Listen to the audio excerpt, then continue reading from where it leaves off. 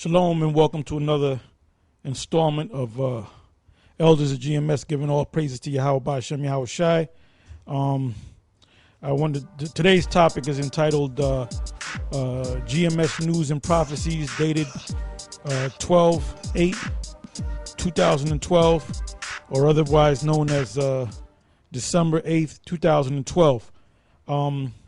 We have a couple of articles in the news that we wanted to go to and filter through the scriptures. But before I go into that, I wanted to deal with this topic real quick. I'm going to try to get through it as quick as I can. And basically, go ahead and speak for a minute. Right. So basically, this is it's not a new thing. It's, GMS News and Prophecies, something we've done before. But it's just, that's what we should be teaching now is on the prophecies and the things that are happening around the world as far as news are concerned, as far as end time prophecies. Yeah, give me the Bible dictionary right there. And go to Gentiles. Oh, shit. Oh, shit. Oh, man. Holy shit. All right, go ahead. All right, this is Gentiles on page 195. Nation, people. Usually it means a non-Israelite people. Judges 4:2, Isaiah 11:10, 42:1, Malachi 1:11. Under conditions of peace, considerate treatment was accorded Gentiles by the Israelites under Old Testament law. An example, Deuteronomy 10:19, 24:14, 15, Numbers 35:15, Ezekiel 47:22. Men of Israel often married Gentile women, of whom Rahab, Ruth, and Bathsheba are notable examples.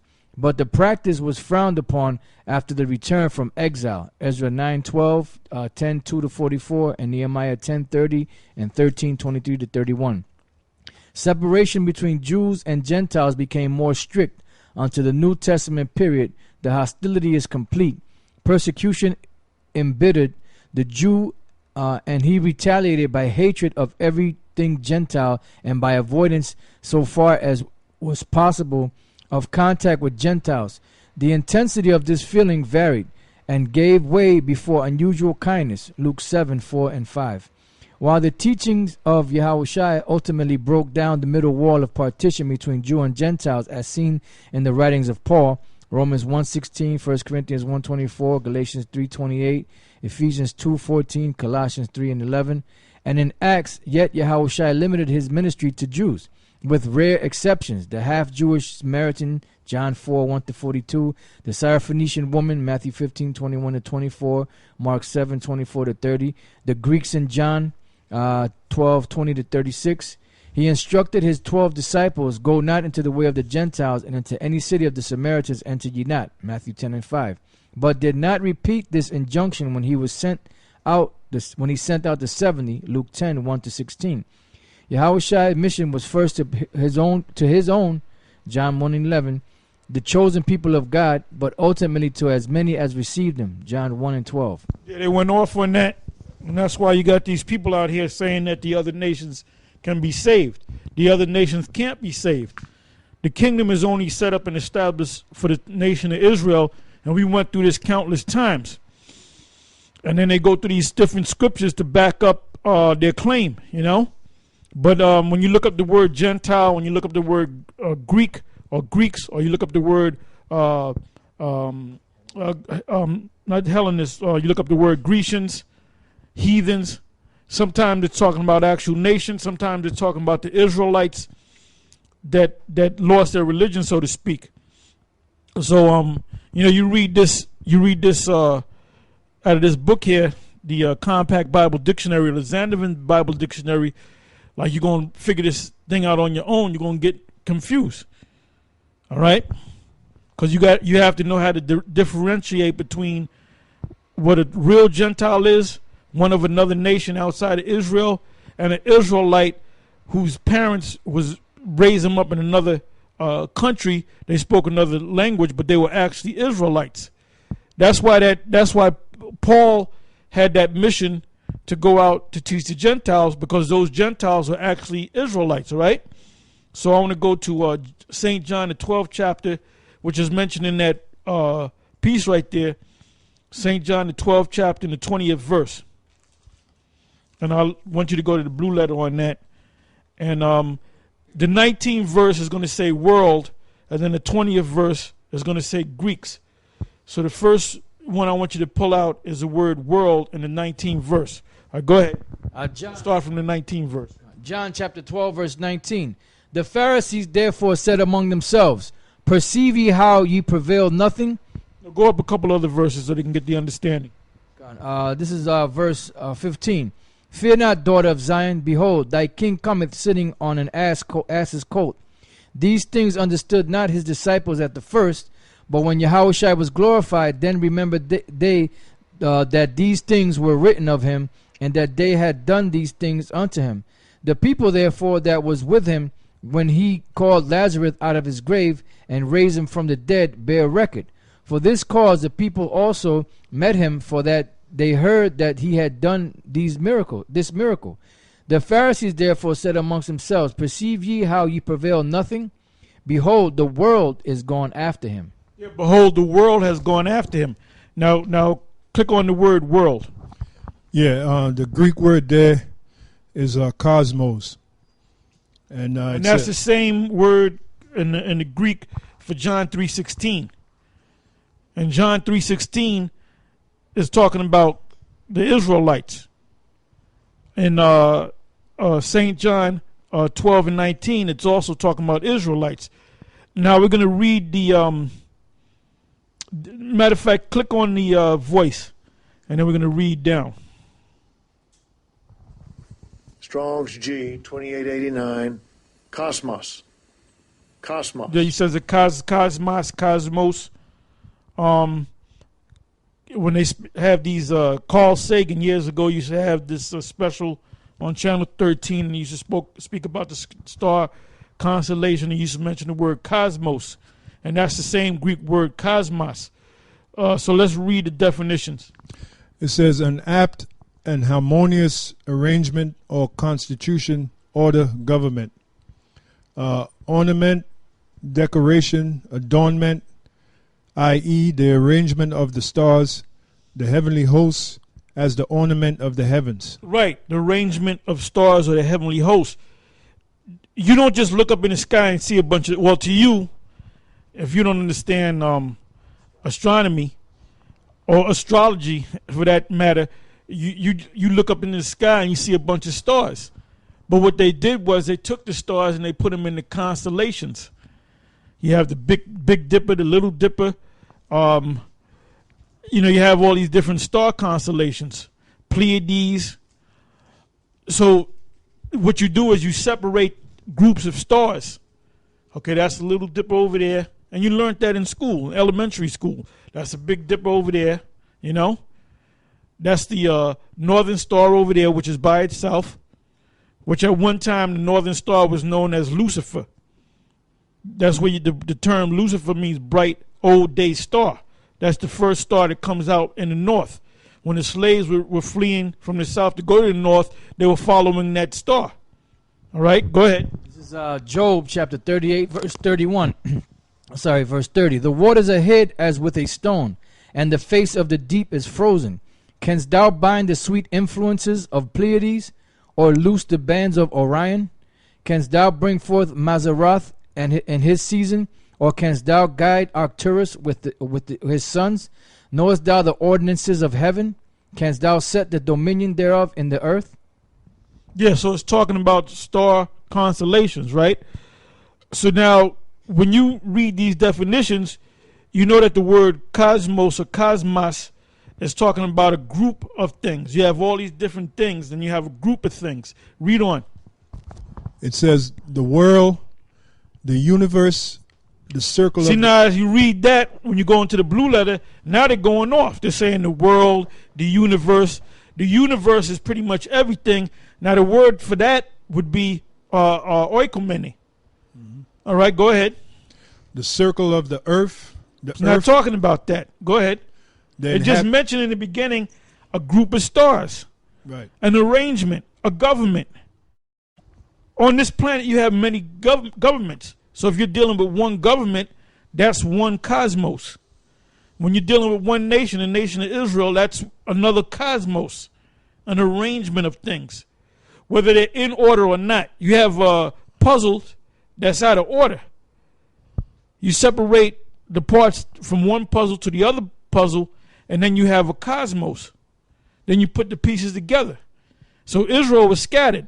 You have Israelites that say that they're not Israelites, but they're still Israelites. You can tell your mother, look, you ain't my mother, but DNA proves otherwise. Mm-hmm. Just because you say you're not an Israelite doesn't mean that you're not an Israelite. And eventually all Israel's going to come into this thing. Go ahead.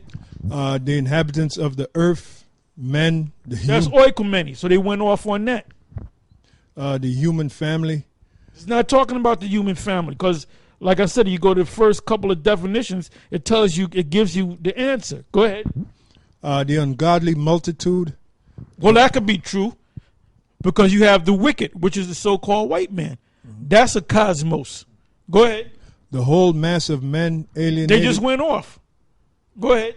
The whole mass of men alienated from God and therefore hostile to the cause of Christ. World affairs, the aggregate of things earthly, the whole circle of earthly goods, endowment, riches, advantages, pleasures, etc., which, although hollow and frail and fleeting, stir desire, seduce from God, and are and are obstacles to the cause of Christ. Any aggregate or general collection of particulars of any sort. Now when they said that, read that again. They were correct that time. Any aggregate or general collection of particulars of any sort. Of particulars of any sort, meaning particulars brought together into one body. Of the same kind. That's it on that? There's one more. It Go says ahead. The Gentiles as contrast to the Jews. Well, now let's go to the next one, which is read the 19th and the 20th verse again. Okay, this is the Pharisees therefore said among themselves, perceive ye how ye prevail nothing? Behold, the world is gone after him. Those are talking about Israelites. Whether they know that they're Israelites or don't know that they're Israelites. They saw that miracle and they followed the Lord. Go ahead. And there were certain Greeks among them that came up to worship at the feast. Now they had a feast and they said there were certain Greeks among them that worshiped that at the feast. Now you read that without understanding and you think it's a bunch of white people. So look up the word Greek. Yeah, the Greek word there for Greek is, Strong's G 1672, Hellene. Hellene. and it says a Greek, either by nationality, whether a native of the mainland or of the Greek islands or colonies. In a wider sense, the name embraces all nations, not Jews, that made the language, customs, and learning of the Greeks their own. The primary reference is to a difference of religion and worship. Yeah, so in other words, you had Israelites that didn't know that they were Jews or Israelites of the 12 tribes that followed the Greek customs. You had Hamites that followed the Greek customs and taught their children that they were Greek. That's why when you look up, when you go back and you look up these icons and these relics during the time of the Greeks, you see these vases with black images on them, especially in the Olympics. These were tall black men that performed in the Olympics. These were, for the most part, Israelites that said that they were Greeks and taught their children that they were Greeks. Okay? So now we understand that the Greeks that followed the Lord in John the 12th chapter and the 20th verse are talking about Israelites. All right? Now let's go from there to Acts the 14th chapter and the first verse. Acts chapter 14, verse 1. And it came to pass in Iconium that they went both together into the synagogue of the Jews, and so spake that that a great multitude both of the Jews and also of the Greeks believed. Hold on. What does the Greek? All of a sudden, these Greeks want to believe the Lord, a black man, and the Greeks are white. The Greeks in that verse right there are talking about Israelites. Now, give me Acts 18:4. I'm sorry. Give me Acts 16:1-3. Acts chapter 16, verse 1. Then came he to Derbe and Lystra, and behold, a certain disciple was there named Timotheus, the son of a certain woman which was a Jewess, and believed, but his father was a Greek, which was well reported of by the brethren that were at Lystra and Iconium. Yeah, this was the father of Timothy, whose mother was a Jewish Israelite, whose father was a Greek. Now, if you read that with no understanding, you're going to picture him being a white man. Okay, well, he was a tear. Well, why would Paul be teaching this guy? Because he wasn't a Greek, and his father wasn't a Greek. When we read the definition of the word Greek, it said anyone outside of the Jews that followed the customs and the language and the practices of Greeks, whether they're actual Greeks or not. All right? Go ahead. Verse 3. It says, him would Paul have to go forth with him, and took and circumcised him because of the Jews which were in those quarters, for they knew all that his father was a Greek. Yeah, which was an Israelite that kept Greek customs. And that goes back to, and if we had time, we'll go through that in the Apocrypha. That goes back to how during the time of Antiochus Epiphanes had forced them to not circumcise their children. That's why Paul had Timothy get circumcised, because he wasn't circumcised. Why? Because his father wasn't circumcised. His grandfather wasn't circumcised. All the way back to the time of Antiochus Epiphanes, when they were put to death if they circumcised their children, and they were forced to eat pork, and they were forced to work out in these gyms. The word gymnos. A gym come from the Greek word gymnos, which means nakedness. That's why when you go back to those vases of these athletes in the Olympics, they actually perform their games butt naked. And then Esau does that the same. You have these gyms today that you go to, and you got men in the shower and they're all butt naked looking at each other. So, and then you got these universities, these colleges, mainly these universities, you got blacks that Johnny's the first black one of our family to go to college. And what does he do?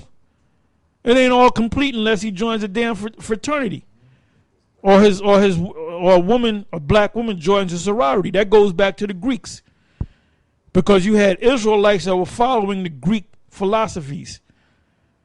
Just like you have the Moors. You have the Moors. There's no such thing as Moors. There's no such thing as Moors. That's a label that was put on Israelites that were living in Spain, for the most part, that embraced the religion of Islam. You can watch a movie called El Cid, starring this guy. I was gonna say Sidney Poitier.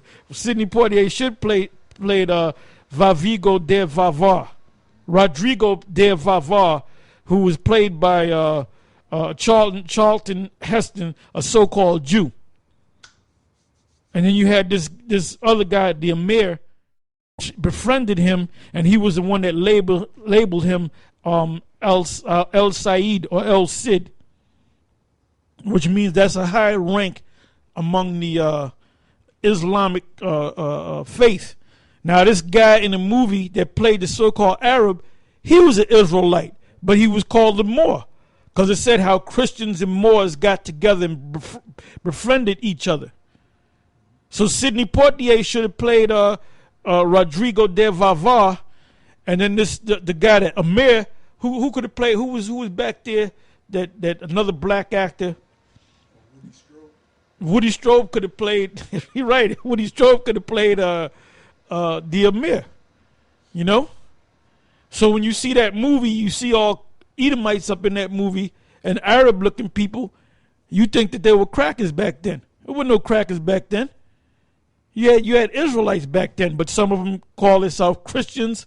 Some of them call themselves Moors. Because like I said, Moors was just a label that was placed upon them.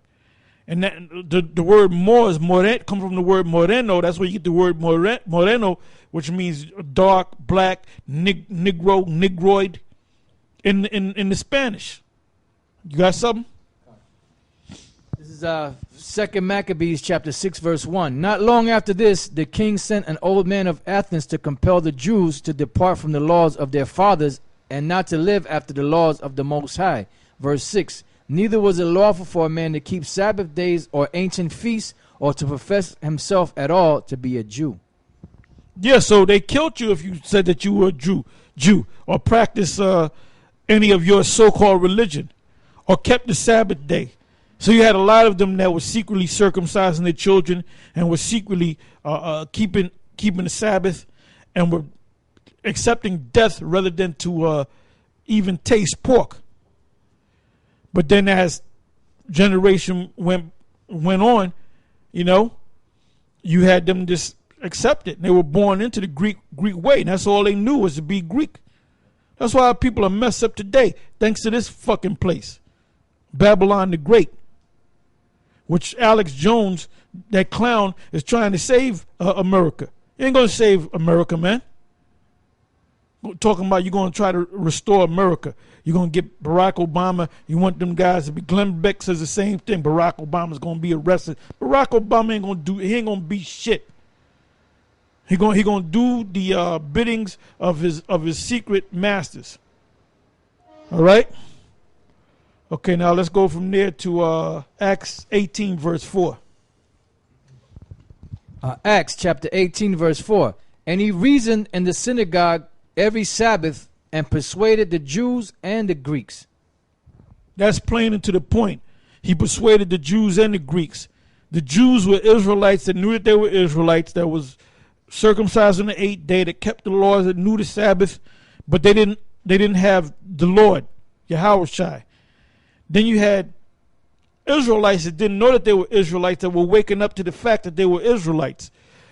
Hence the example of Cornelius, which he was an actual Israelite. Now you got Israelite groups out there that still teach that Cornelius is an Edomite because they're stuck on stupid.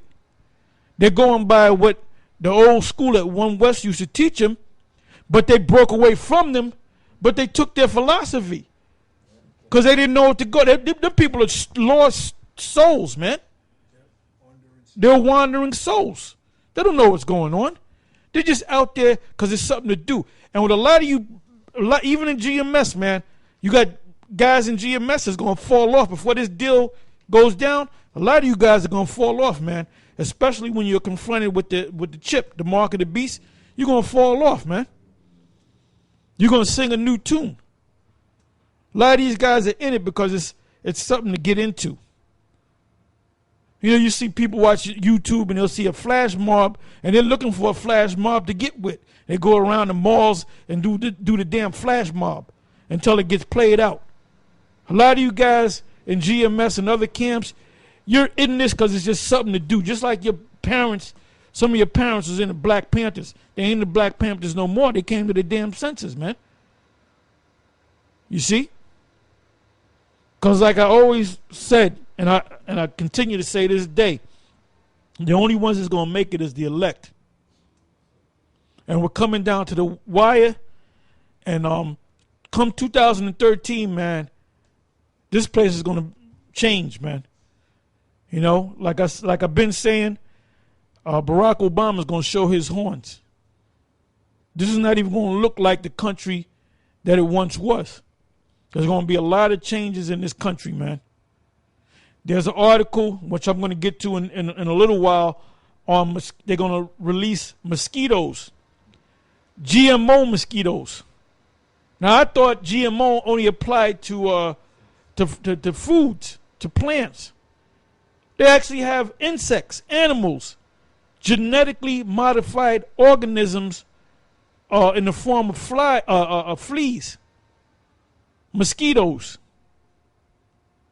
So these scientists and this government, they're Frankenstein monsters. or they're Dr. Frankensteins, man. Oh, I want to say this. Last night I was watching this movie came out, Red Tails, about the Tuskegee Airmen, and I was just watching it. I was on the computer and I was watching it. A pretty good movie, you know. It was pretty much similar to this movie with C.J. Memphis and them. Soldier Story is kind of based. It was kind of like that, you know. If you like the movie A Soldier Story, you would like this movie. You know, Jake acting all cool, cap tipped to the side and all that. But there was talking shit, singing, dancing, you know, telling jokes. But they were killing them damn Germans and shit, you know. And in the movie, they were showing how they didn't allow Jake to fight against the Germans because somebody, I think it was Winston Churchill, that made a statement. And it's in the movie where it says the black man is a coward at heart. He doesn't have the intelligence to fight, you know, this, that, and the other. And they didn't actually, but you know what, man? If I was back there, I'd say, hey, I ain't going to fight. Shit, I'll stay here and babysit your woman. I will babysit your woman. And a lot of those Jakes were getting them Italian women, man. There's one Jake in the movie, we're going to watch it, you know, again. He was flying over this Italian village and he saw this fine ass Italian chick. And he said, he looked down at, he pointed down, he said, see that woman right there? She gonna bear my children. And then he landed the plane, and later in the scene he actually went to the woman's house, man. And he was, you know, but the woman, the Italian chick, let the man in, the Jake in, and then he met the moms and all that. But back then they were old fashioned, so he wanted to take her out, you know, driving around. But the mother had to come, because that's how they were. They were the other nations were in order. I remember a time when a girl went to the movies, the mother came right with him and sat in between. The boy would be over here, the mom be in the middle, and the girl. Not among you simple ass niggas, man. Not chaperones, they called them. That was heavy among the Latino tribes. If you went out with a Latino girl, you were 13 years old, guess what? Moms was coming with you, and probably pops. He's sitting behind your ass, man, kicking the back of the damn chair, you know? Behind you.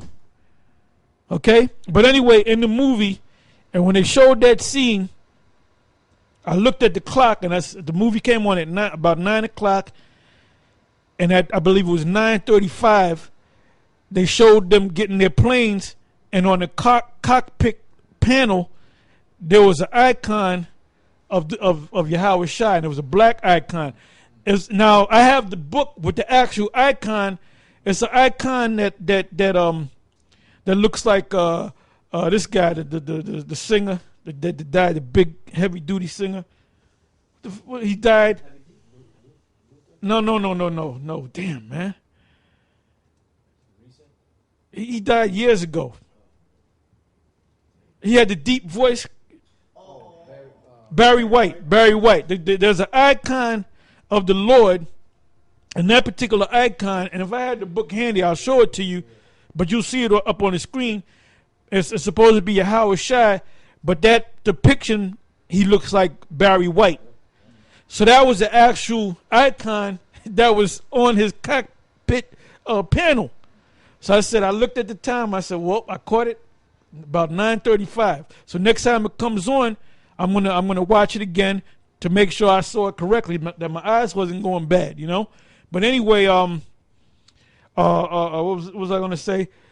Now, this guy, George Lucas, he basically showed Jake in a good light. Now, George Lucas is dealing with a black woman. Now, a lot of these damn devils, whether they're guilty or whatever, a lot of these devils are coming out with the truth. A lot of them are coming out with the truth because back during the time of World War II, they ain't had nothing good to say about Jake. They showed you that in the movie A Soldier Story. They show you that in this movie that I'm talking about, man. So now you got these Edomites, whether they feel guilty, they're bringing the truth out. Now, Jake didn't come up with that idea. It was Lucas. He was the producer, the director. He's behind everything. Every scene that you see, he said he approved it. Yeah, okay, that's going to be in there. And they showed the camera actually go to the icon. So they're showing you that Jake knew back then, during World War II, there was some Jakes down back there that knew that Yahweh Shai was a black man.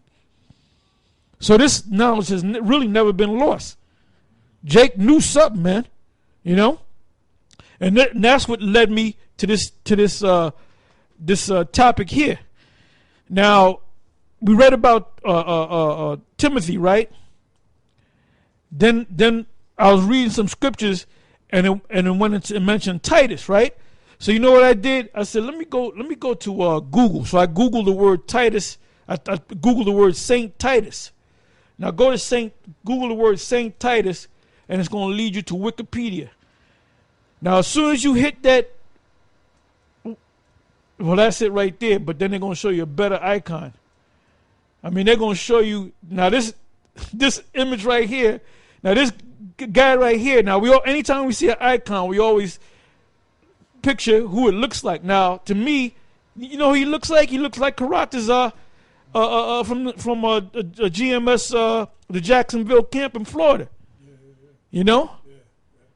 I said that's that's Karatazar. Which, Lord willing, he's going to come up here to New York in the near future. So now this is Wikipedia. Wikipedia is basically controlled by Edomites. This is an Edomite site. So these Edomites are bringing you the truth, unlike Jake. Jake don't bring you the truth. Now when you read about it, it tells you, we don't got to do a whole, well, you know what, do some reading on it, man. But the main thing that caught my eye was that icon, man. Then I went back to Google and I put icons of Saint Titus, and there was some of them that looked like Edomites, but a lot of them that were mixed in those icons were actually, you can see that they were Jake. But the newer ones, that's after the Renaissance. After the Renaissance, that's when they said, okay, we're going to let Titus be a saint, but we're going to paint him white. All right, go ahead. Yeah, this is from Wikipedia. It says Saint Titus. Titus was an early Christian leader, a companion of St. Paul, mentioned in several of the Pauline epistles. Titus was with Paul and Barnabas at Antioch and accompanied them to the Council of Jerusalem, although his name occurs nowhere in the Acts of the Apostles. He appears to have been a Gentile, for Paul sternly he appears to have been a Gentile, which he was a Gentile, but he was an Israelite. He was a black man. You can see the icon right in front of you. Now he wasn't a Hamite, and he damn sure wasn't an Edomite, based upon the icon. See that the job of these Edomites during the time of the Renaissance, what they wanted to do was they wanted to destroy and deface every image, every black image of the Israelites. But you know what? There were so many of them that they couldn't even get to all of them, man. They couldn't even get to all of them. They had catacombs in Rome that they couldn't get to. That Edomites are just getting to as we speak.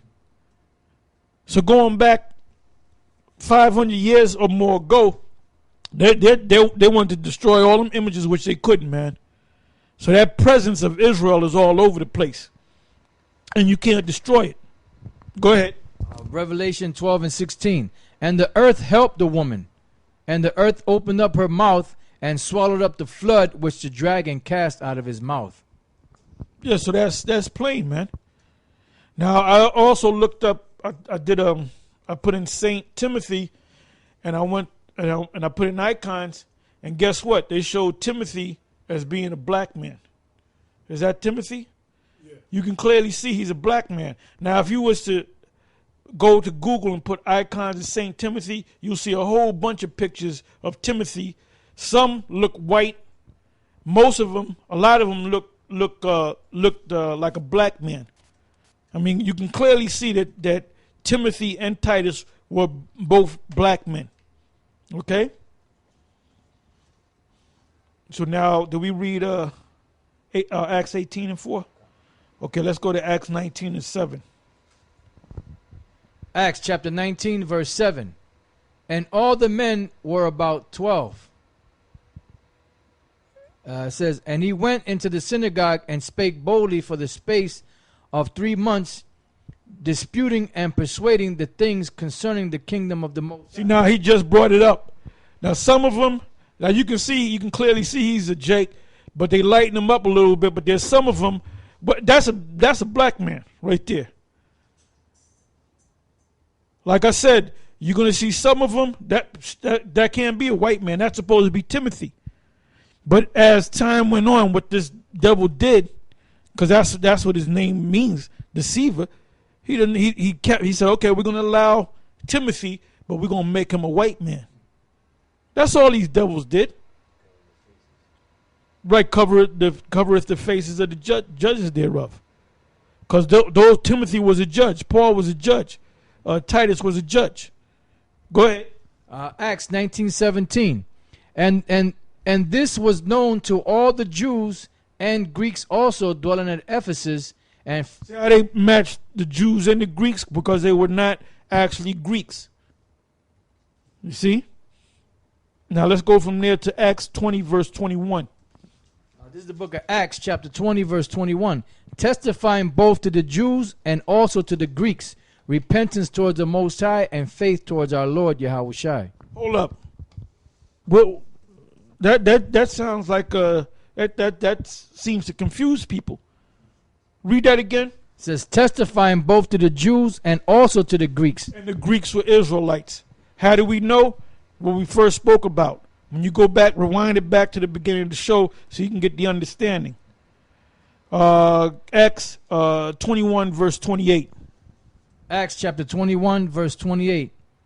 Crying out, men of Israel, help. This is the man that teacheth all men everywhere against the people and the law and this place, and further brought Greeks also into the temple and hath polluted this holy place. Now you got this clown, which we got a lot of names for this guy, King of the 2/3, General Grievous, an absolute idiot. I mean, an absolute idiot. He's getting on me about me having white people come into this truth. I don't have no white people in this truth among us. We got people that look like white people, but they ain't white people. So he could have been the actual guy, one of them Pharisees talking shit. Here, look, they got the Greeks. Read it again. It says, crying out, men of Israel, help. This is the man that teacheth all men everywhere. Yeah, this is the man. What man is that? This is the man that teaches. Read it again. This is the man that teacheth all men. This is the man that teaches all men everywhere against the people and the law and this place, and further brought Greeks also into the temple and hath polluted this holy place. So now this same guy, General Grievous, in the reincarnation, he's saying that this guy polluted the temple. He said that Paul polluted the temple. So that could actually be the General Yohanan, man, the King of the 2/3. Because he don't know what's going on.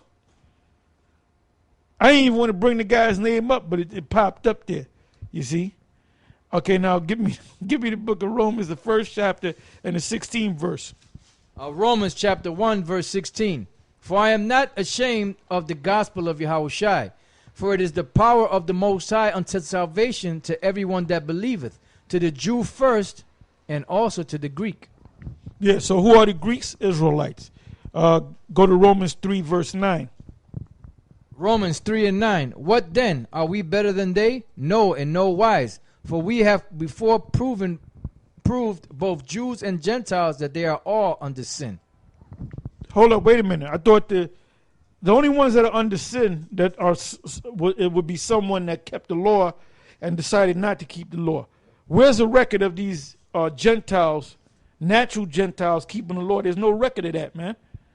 Was the Romans at that time under sin? No, because they were Romans. They didn't keep the law. They didn't get the 10 Commandments. Now you got these, they didn't want nothing to do with it, but it wasn't for them anyway. So you have these Edomites today. They sin, you know why? Because they have the book, because they chose to label themselves Christians and Jews. So if you don't keep the law, you're going to be punished for not keeping the law. Now go from there to Romans 10, verse 12. Romans chapter 10, verse 12. For there is no difference between the Jew and the Greek, for the same Lord over all is rich unto all that call upon him. Yeah, so Jew and the Greek, you have a person come up and say, like normally we'll go to Romans 10 and 13, and somebody say, well, read the 12th verse. I got you on the 12th verse. See, it says Greek, but they don't have the understanding. And even when you explain it to them, they still don't have the understanding. That's why you got Edomites getting together, talking about their born-again Christians drinking grapefruit juice and playing rock and roll and putting the name Jesus and Lord and my Savior in the rock and roll tune. You have these television programs, stations, with these crackers speaking in the name of the Lord. And they don't even know the name of the Lord. Or give me 1 Corinthians, the 12th chapter and the 13th verse. 1 Corinthians chapter 12, verse 13. For by one Spirit are we all baptized into one body, whether we be Jews or Gentiles, whether we be bond or free, and have been all made to drink into one Spirit. And that's not going to happen. We're not going to come together, all these different nations. The only ones that are going to come together are Israelites. Last one, Galatians 2, verse 3. Galatians chapter 2, verse 3. But neither Titus, who was with me, being a Greek, was compelled to be circumcised. And that's playing into the point. We mentioned Titus. We showed you an icon of Titus. We know that Titus was a black man. So Titus had to be an Israelite, but he was in a Greek. His parents raised him up in the ways of the Greeks. And he spoke fluent Greek. Now the Apostle Paul spoke fluent Greek. But the Apostle Paul will tell you in a minute that he was a Jew or of the tribe of Benjamin. Like I said, a lot of these people don't understand. Their eyes are not open to what this book is all about. What the truth of this gospel is all about. But anyway, you said you had an article out of that book.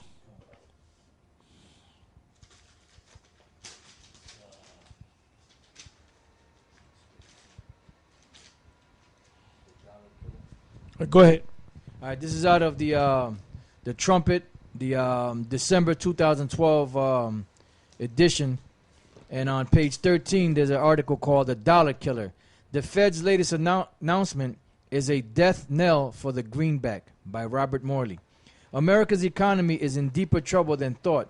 Federal Reserve Chairman Ben Bernanke confirmed it. His official announcement on September 13 said, America is on the mend. It is just experiencing a few headwinds from Europe. He then went on to unleash a quantitative easing program, QE3, so potentially massive in scope that it would dwarf QE1, QE2, Operation Twist, and all the money printing schemes the Fed has carried out so far combined. If you really want to know what is going on in the economy, ignore what the Fed says and watch what it does. Another bank bailout. Bernanke announced that the Fed will spend a whopping $40 billion per month, $480 billion per year, purchasing mortgage-backed securities from the big Wall Street banks. He called it an effort to drive down mortgage rates and get more people buying and building houses, thus creating jobs. Ain't nobody gonna buy and build no houses, man. They're not. Anybody with half a brain, got some money in the bank, is not gonna invest in America no more. You have a lot of Americans that are leaving the country, man, going down to Mexico, going down to Taiwan, Hong Kong. They're leaving the country. There's people that know that have brains in their head, all right, that have some type of financial sense. They know to get out of here, man. And if they're not out of here, they're planning on getting out of here. So a lot of our people are moving up to Canada. A lot of American people, U.S. citizens, are moving up to Canada, moving to Europe. They know that this place is done.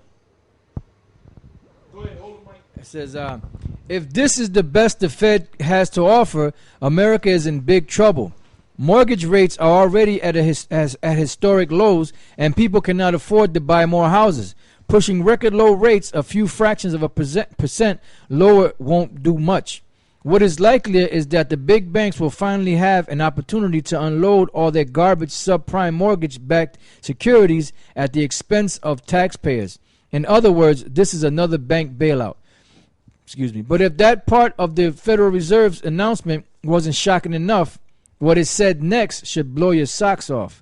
The Fed said it was writing itself a blank check for how much it could spend until the labor market improved substantially. It gave itself no predefined limit on how much it could spend or for how long under this new QE3 program. It is completely open-ended. The Fed also indicated that if this did not prove enough to stimulate the job market, it would unveil other policy weapons. For starters, it will keep the interest rate it charges banks to borrow money at 0% until at least 2015. Remember, this new QE3 program is in addition to the current $45 billion per month the Fed is using to purchase U.S. Treasury bonds and to keep the federal government paying its bills. In the past, the Federal Reserve has only lent money to the federal government short term, but now it is going to use this $45 billion per month to lend to the government longer term. What does this do? What this does to the dollar? For those not versed in the intricacies of Federal Reserve machinations, remember that the Fed has no money of its own. Any money it spends, it does via a printing press or its electronic equivalent, which it uses to create dollars out of thin air. But there's no free lunch. Economists always forget the other side of the equation. You don't just create $40 billion, throw it at the banks, and get magical economic growth. Every time the Fed creates money out of thin air, it cheapens the value of all pre-existing dollars. So while dollar money supply totals may grow by 40%, 40 billion per month, and while America's gross domestic product may increase, it is phony growth because the dollars are worthless. Yet, Yeah, that's called a bubble. You had an internet bubble, you had a real estate bubble, and now this is a financial bubble. And all bubbles burst. yes, people are spending more, but they are getting less. Printing money to buy things in Zimbabwe policy. Printing money to buy things is Zimbabwe policy. What happened to Zimbabwe when it tried this? Eventually, it cost Zimbabweans billions of dollars to buy a banana. This is where the quantitative easing road leads. Yeah, that's under the leadership of Robert Mugabe. Now, when you look up Robert Mugabe, I believe he was schooled in the best school in England, if I'm not mistaken. If you just go to Robert Mugabe, and I believe his major was finance. If you go to Wikipedia, it'll tell you what school he attended. So he went to the best school money can buy. So was he a dummy? Or was he sleeping during class? Or was this a setup?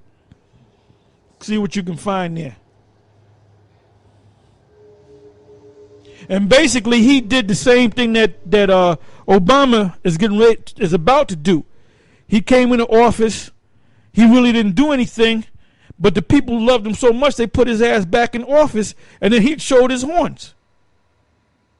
You people gonna get caught out there, man. Yeah, I think I found some Go ahead. information. It says he, Robert Mugabe, qualified as a teacher but left to study at Fort Hare in South Africa, graduating in 1951, while meeting contemporaries such as Julius Nyerere, Herbert Chipito, Robert Sobukawi, and Kenneth Kununda. He then studied at Salisbury 1953, Guedo 1954, and Tanzania 1955 to 57.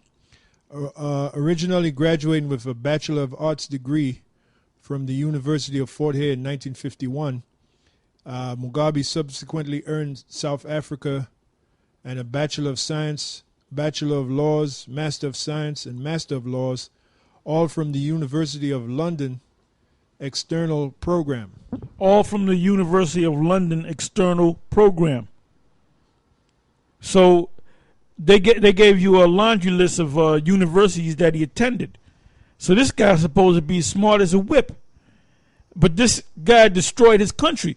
His country, they don't even have a monetary system. They don't even accept their money, their national dollar bill. What's accepted in their country is the Federal Reserve note, which you know as the U.S. dollar, and the euro. So when you go to their country, you better bring plenty of euros or plenty of American dollars, and you better do it quick, because the U.S. dollar or the Federal Reserve note is going the way of Zimbabwe. And then you have people out there mining for actual gold. If they wanted to buy something, if they didn't have EUs or Federal Reserve notes, you better have some gold that you found in the river some goddamn where. And the same thing happened during the Weimar Republic before Hitler came into power. And that's how Hitler did come into power, because their money system wasn't worth any goddamn thing. You needed a wheelbarrow full of marks to buy a loaf of bread. And basically, this is the same. This is the plan of the shadow government, man, to destroy economies and destroy people and enslave people and set up puppet leaders. All right, go ahead, Art. It says, it is happening already within just a few hours of Bernanke's statement. The dollar lost over 0.5% in value. The following day, it lost more than 0.5% again. The Federal Reserve's QE policy will drive the dollar through the floor, says Peter Schiff, CEO of Euro Pacific Capital. This is a disastrous monetary policy. It's kamikaze monetary policy. Schiff told CNBC, the dollar is going to be in free fall at some point. Ultimately, there's going to be a currency crisis. Schiff is absolutely right. When America's central bank announces that it is going to create unlimited amounts of new money to fix the economy, you need to realize that America is in serious trouble. The truth is that America is addicted to quantitative easing. It can no longer function without it. The federal government can't cover its bills without money printing. The banking sector would collapse without money printing. The mortgage market would no longer function without various forms of quantitative easing. And now Bernanke says the job market may not recover without QE. America needs to prepare for massive economic upheaval.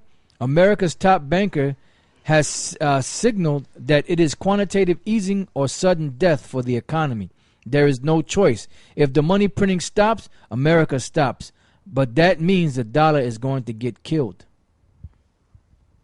That's it, right? Okay, now I want to go from there to, I want you to go from there to Habakkuk, the 2nd chapter, and start from the 3rd verse. So we're going to read about this situation in the scriptures. Go ahead. Habakkuk chapter 2, verse 3.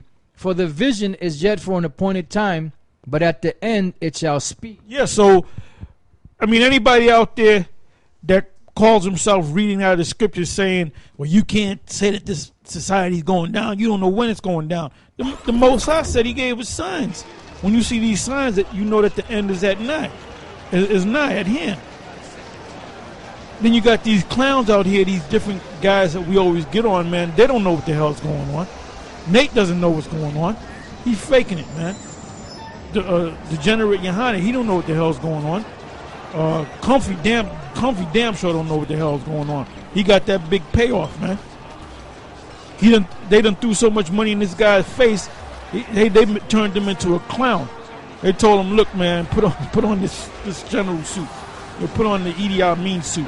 I don't even think the nigga even know who fucking Idi Amin was or is. And then you guys in GMS, man, that if you're not of the elect, you're gonna fall off one way or another, man. When the shit hits the fan, you're gonna flip. You're gonna flip like IHOP. Go ahead. It says, but at the end it shall speak and not lie. So we're at the end because it's speaking now. There's an article that we're gonna get into a little bit later of NATO, the U.S., and Israel sending troops over there to the border of Syria. So that's another war. Because Barack Hussein Obama said that he ain't playing no more. He said, look, if you use that chemical weapons, you won't have to pay for that. That was just a way to get in there. And then you boasted about how he brought the boys back and the girls back from Iraq, but now they're going, those same boys and girls are going to Syria, man. And then after, from Syria, the next step is Iran. This is it. For at the end, it will speak and not lie. That's why you got a lot of these brothers that were back in One West that are coming out of the woodwork. They got their garments in the closet somewhere. They take wipe the dust off the garment. They get their Bible out, get their old notes out, and come out there like they always been out there, man. Go ahead. It says, though it tarry, wait for it. Yeah, and we waited, man. We didn't. There were certain guys that couldn't wait. There's a man, they going back into the world. Some guys said, I wasted X amount of years of my life. I'm going to get a woman. I'm going to have me some kids. I'm going to do this. I'm going to get a good job. Go ahead. Because it will surely come, it will not tarry. Yeah, this society's done, man. In 2013, basically, and believe it or not, in about 3 weeks, we're going to be doing the end of the year show. And it came quick. Because everything's moving quick now. And you people in this country, you're going to get a big surprise. Go ahead. Excuse me. Behold, his soul which is lifted up is not upright in him. Let's talk about this devil, Esau. His soul is not right. Because his soul is the soul of the devil. Go ahead. But the just shall live by his faith. Who are the just? The elect of Israel. We're gonna trust in the Most High. What if you do if they grab you and they say they're going to chop your head off if you're the ones that are faithful, they don't give a damn what the hell happens. Go ahead. It says, yea, also because he transgresseth by wine, he is a proud man, neither keepeth at home. And this devil's all over the damn place. Oh, he got to go over to the Middle East because they won't let the woman drive a car. Hey, a woman shouldn't drive a car in America, man. Fucking woman can't drive.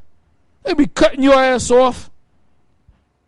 You know, they don't, man, they almost get into accidents, and accidents occur because a woman just left the scene, man. And she's the one that causes the accident, but Satan helps her not get or be a part of the accident. Even my demon says that. When a car is driving erratically, she said, I bet you was a fucking bitch driving. And then we pull up, and sure enough, it's a dumbass woman. Go ahead. Who enlargeth his desire as hell, and is as death, and cannot be satisfied. And this devil can't be satisfied, man. You got a devil that's worth $50 billion. He wants $500 billion. If he gets $500 billion, he wants $5 trillion. If he gets $5 trillion, he wants $500 trillion.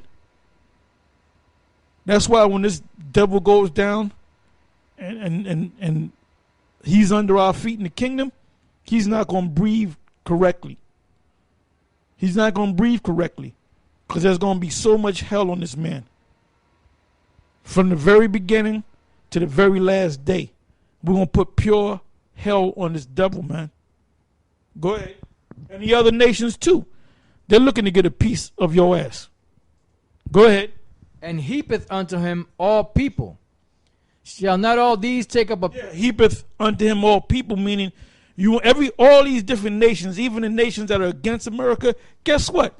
They have a democratic form of government. They got a democratic form of government. So one way or another, they're following this devil. They're following this man's system. They're not following their ancient system. Go ahead.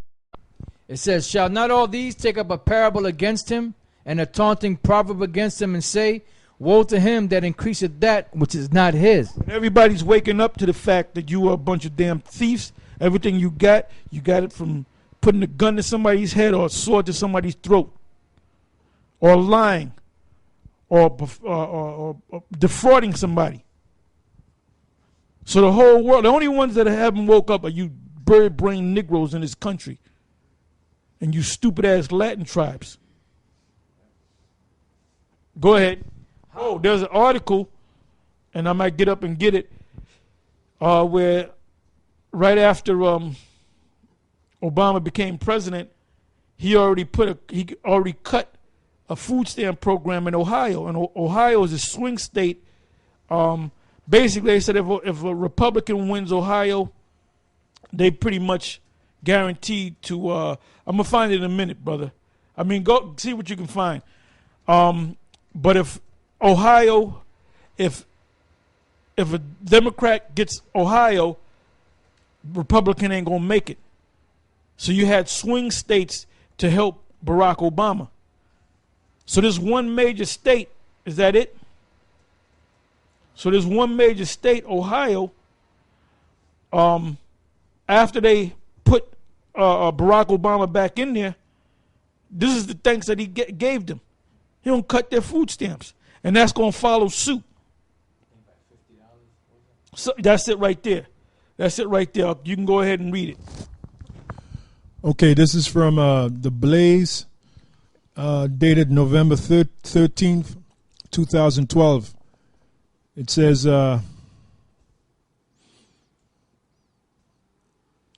conveniently occurring after the election, Ohio food stamp program sees cuts.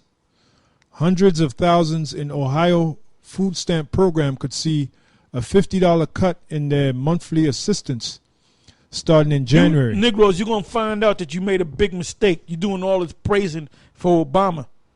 Like I said, he's going to show his horns, man. And he's got this new confident look on him. Because guess what? He's got 4 years to do what the hell he wants to do, man. Basically, he's doing what his hidden masters are telling him what to do.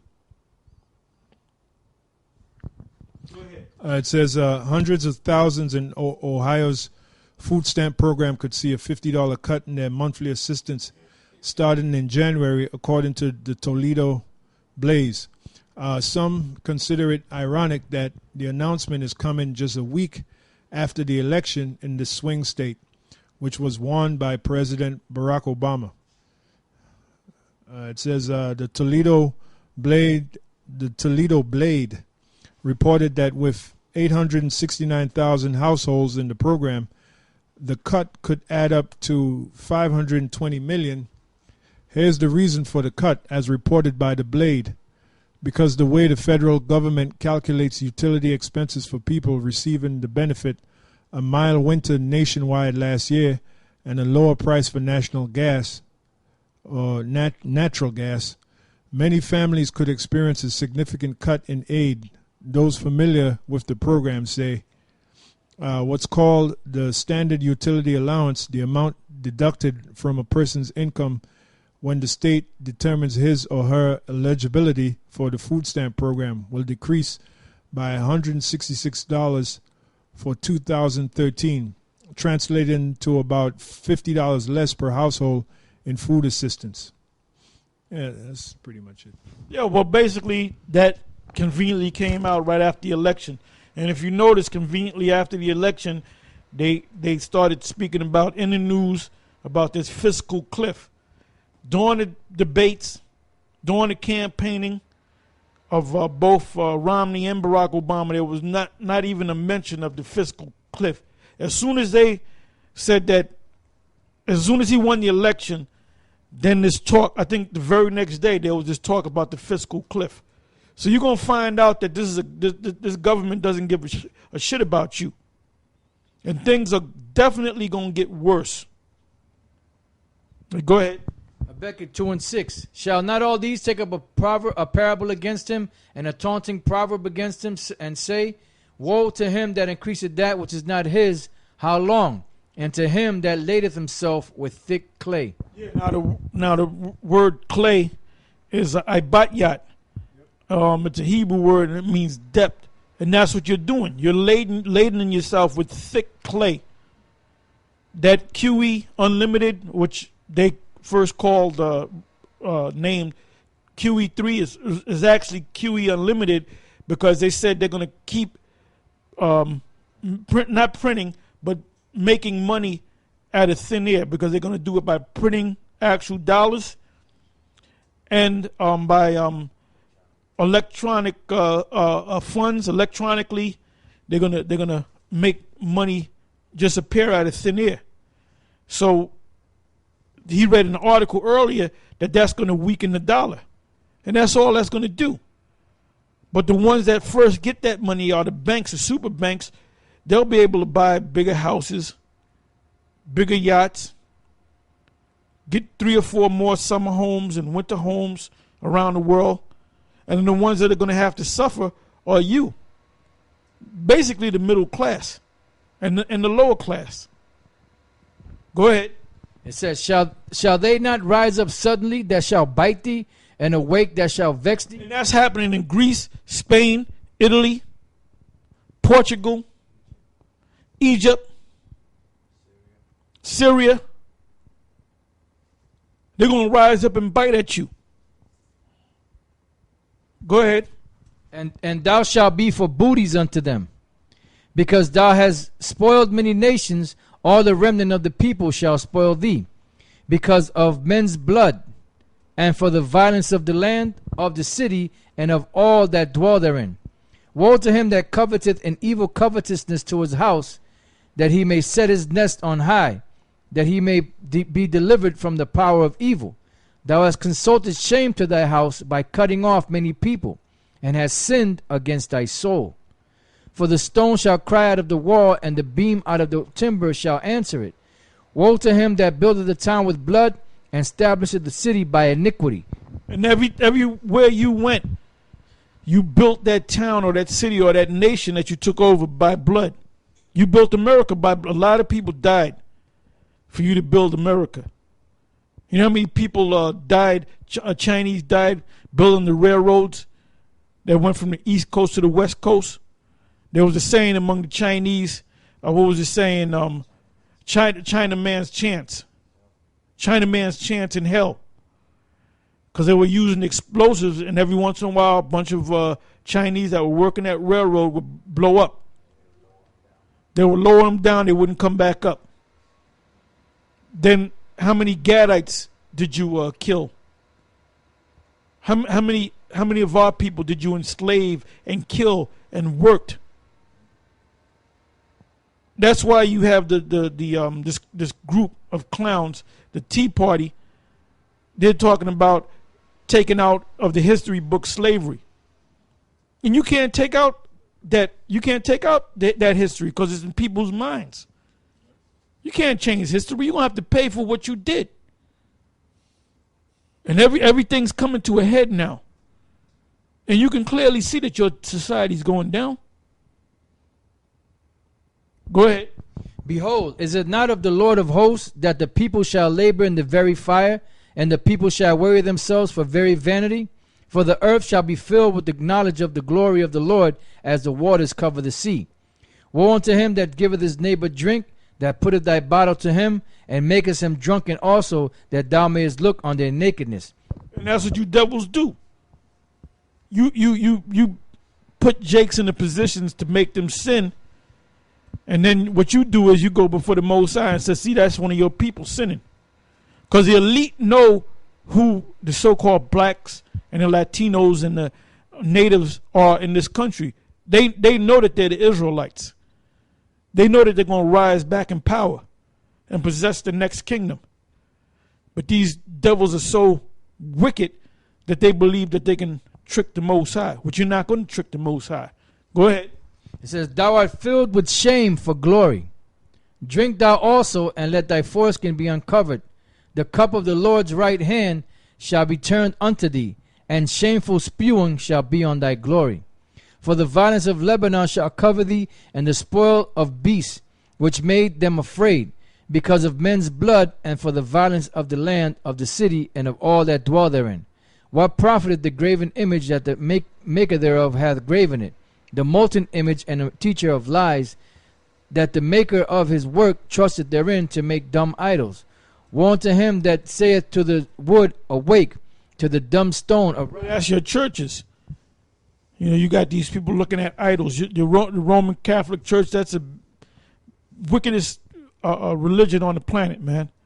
The priests are nothing but child molesters, pedophiles.